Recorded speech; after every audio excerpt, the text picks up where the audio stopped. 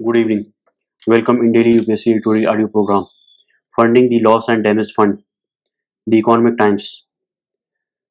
COP28 in Dubai began with an historic move, the operationalization of the Loss and Damage Fund (LDF) that was established last year at COP27 in Sharm el Sheikh. Now comes the part of filing that jar with requisite fund. Right now, it is around 30% of what the most affected developing countries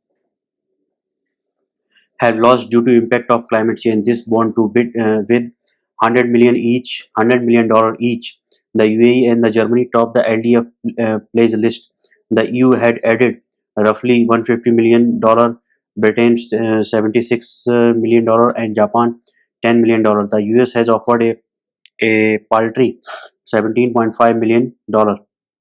The fund recognized that irreversible damage have been caused by the failure to cap emissions. While the setting up of LDF is welcome, rich industrialized countries are still avoiding taking any direct responsibilities for the climate mayhem caused overwhelmingly by them. Contributions being voluntary hasn't helped to make LDF effective. COP28 has to deliver solutions that that make financing additional, predictable, adequate, and fair and debt-free. Accessing the fund should also be made easy for those who need it.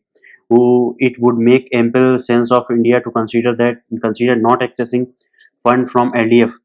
Despite our developing countries being able to draw from the fund as part of the arrangement, it should not be made to make any contribution either, since it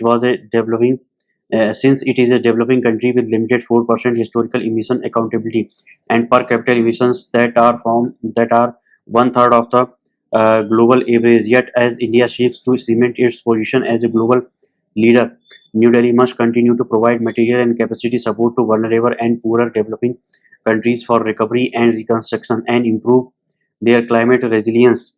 Responsibility, after all, is different from accountability. Thank you.